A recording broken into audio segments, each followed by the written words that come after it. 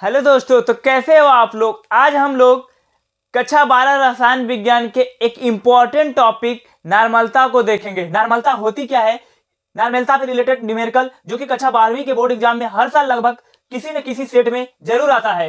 तो आइए दोस्तों, आज हम लोग बात करते हैं नार्मलता, और आप लोग वीडियो के लास्ट तक बने रहिएगा, आपको नार्मलता बहुत अच्छे से क्लियर होगा।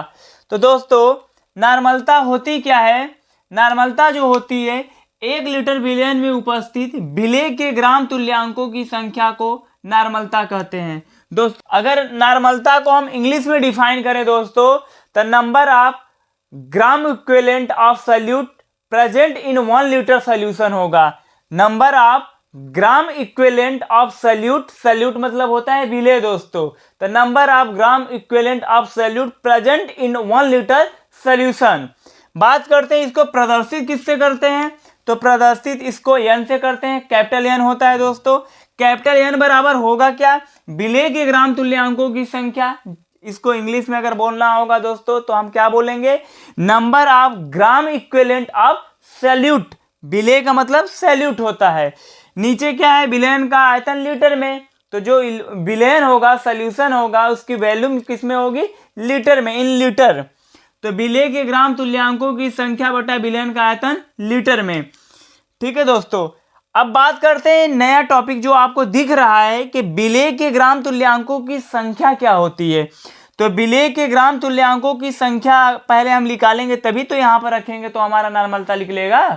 तो आइए देखते हैं, विलेय के ग्राम तुल्यांकों की संख्या बराबर होता है विलेय का भार बटा उसका तुल्यांकी भार होता है। इंग्लिश में बताना होगा तो मास अपॉन इक्विवेलेंट वेट बोलेंगे। मास अपॉन इक्विवेलेंट वेट मतलब विलेय का भार अपॉन तुल्यांकी भार। अब ये नया टॉपिक फिर आपको दिखा, एक तुल्यांकी भार।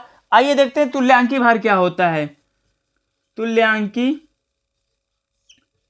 भार दोस्तों, तुल्यांकी भार को हम इक्विवेलेंट वेट कह सकते हैं, या फिर इसको डायरेक्ट हम ई से प्रदर्शित कर दे रहे हैं यहाँ पे।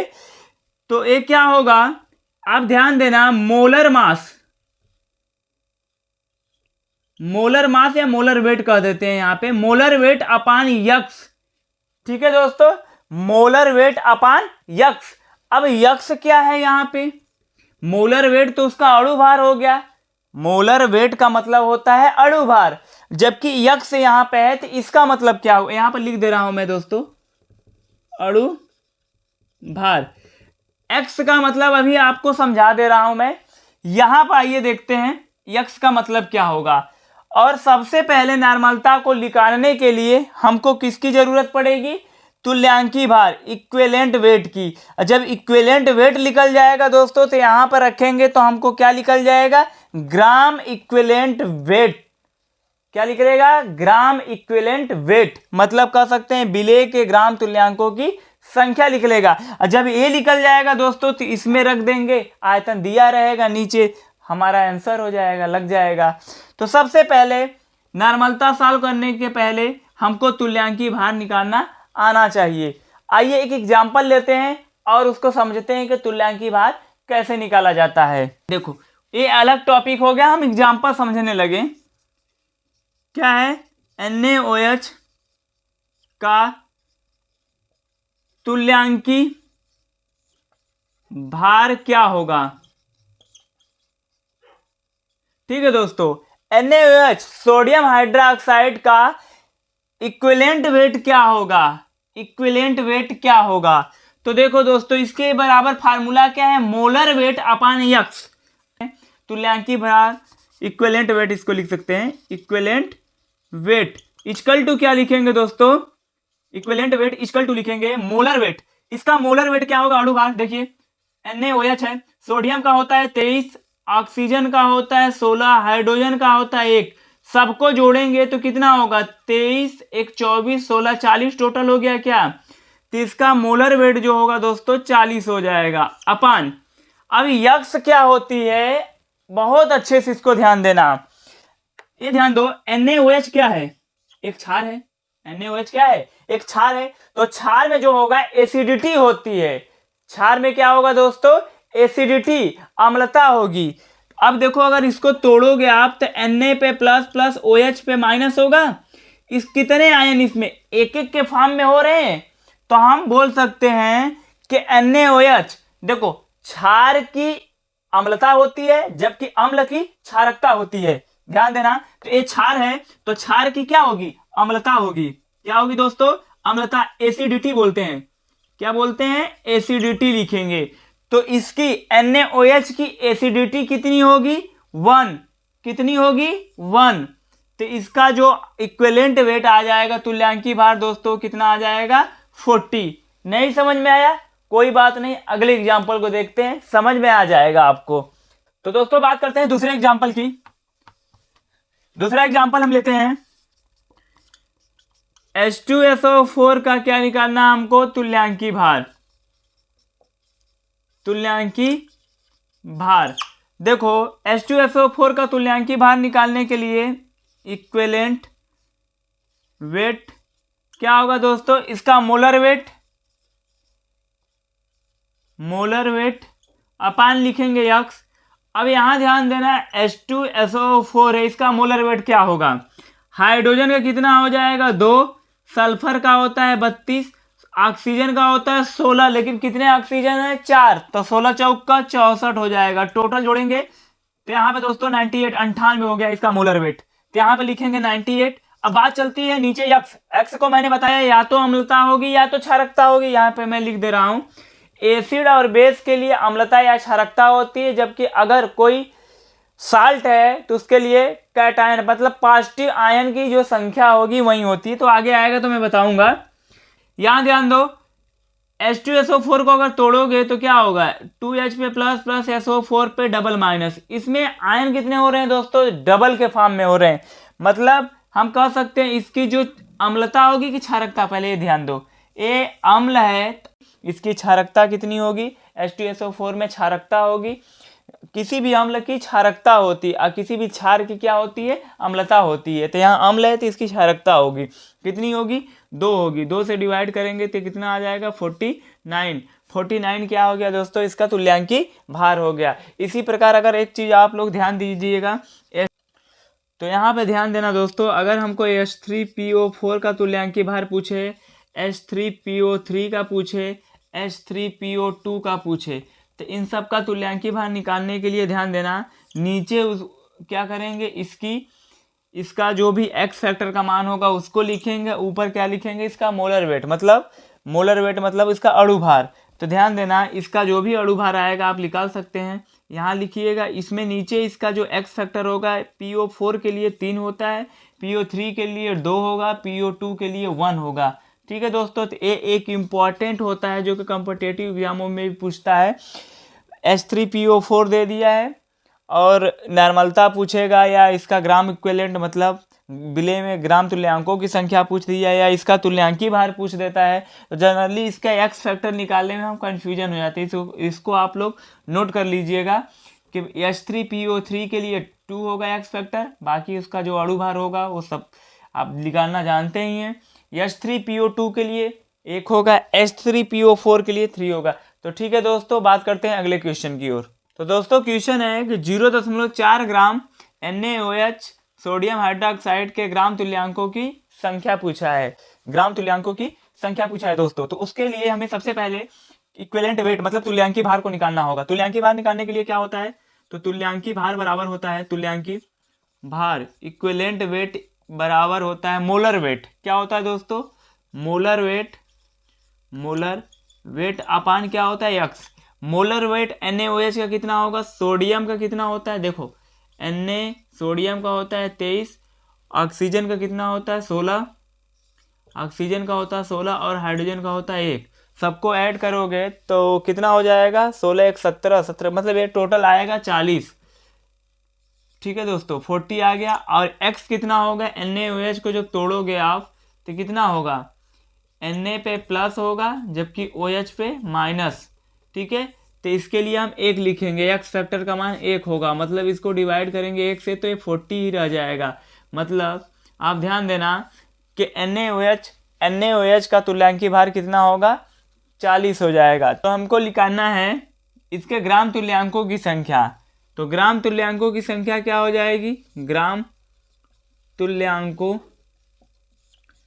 की संख्या बराबर क्या होगा दोस्तों, विलेय का भार, मतलब विलेय इसमें कौन है, NaOH मिला हुआ है, कितना है 0.4। फार्मूला आप यहाँ से देख लेना, फार्मूला को मैं इरेज नहीं किया हूँ, फार्मूला यहाँ पे है दोस्तों, आप यहाँ से फार्मूला को देख लीजिएगा। तो इसकी जो विलेय का भार जो होगा, मास जो दिया है वो कितना है 0.4 है, और इसके बाद इसका तुल्यांकी भार कितना आ गया 40। इसको जब हल करेंगे दोस्तों तो क्या हो जाएगा 0.01, इसका क्या हो जाएगा, ये आंसर हो जाएगा।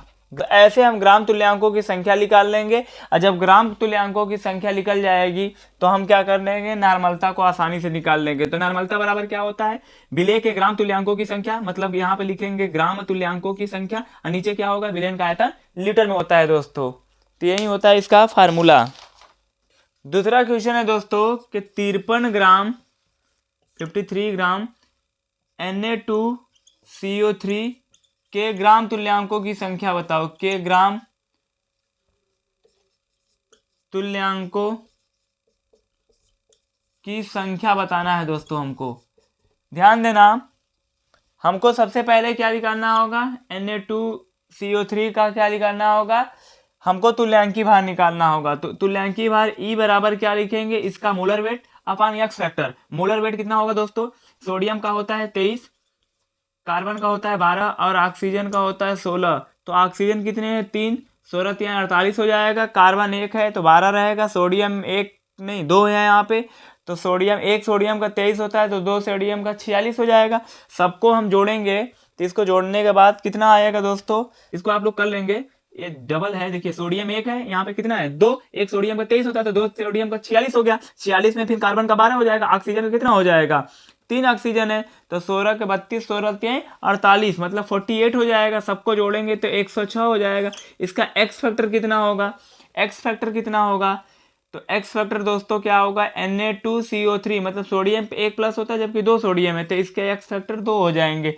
इसको डिवाइड करेंगे तो 53 हो जाएगा। इसका तुल्यांकी भार दोस्तों, तुल्यांकी भार इसका जो हो जाएगा वो 53 हो जाएगा। जब तुल्यांकी भार निकल गया तो हमको पूछा क्या है, ग्राम तुल्यांकों की संख्या।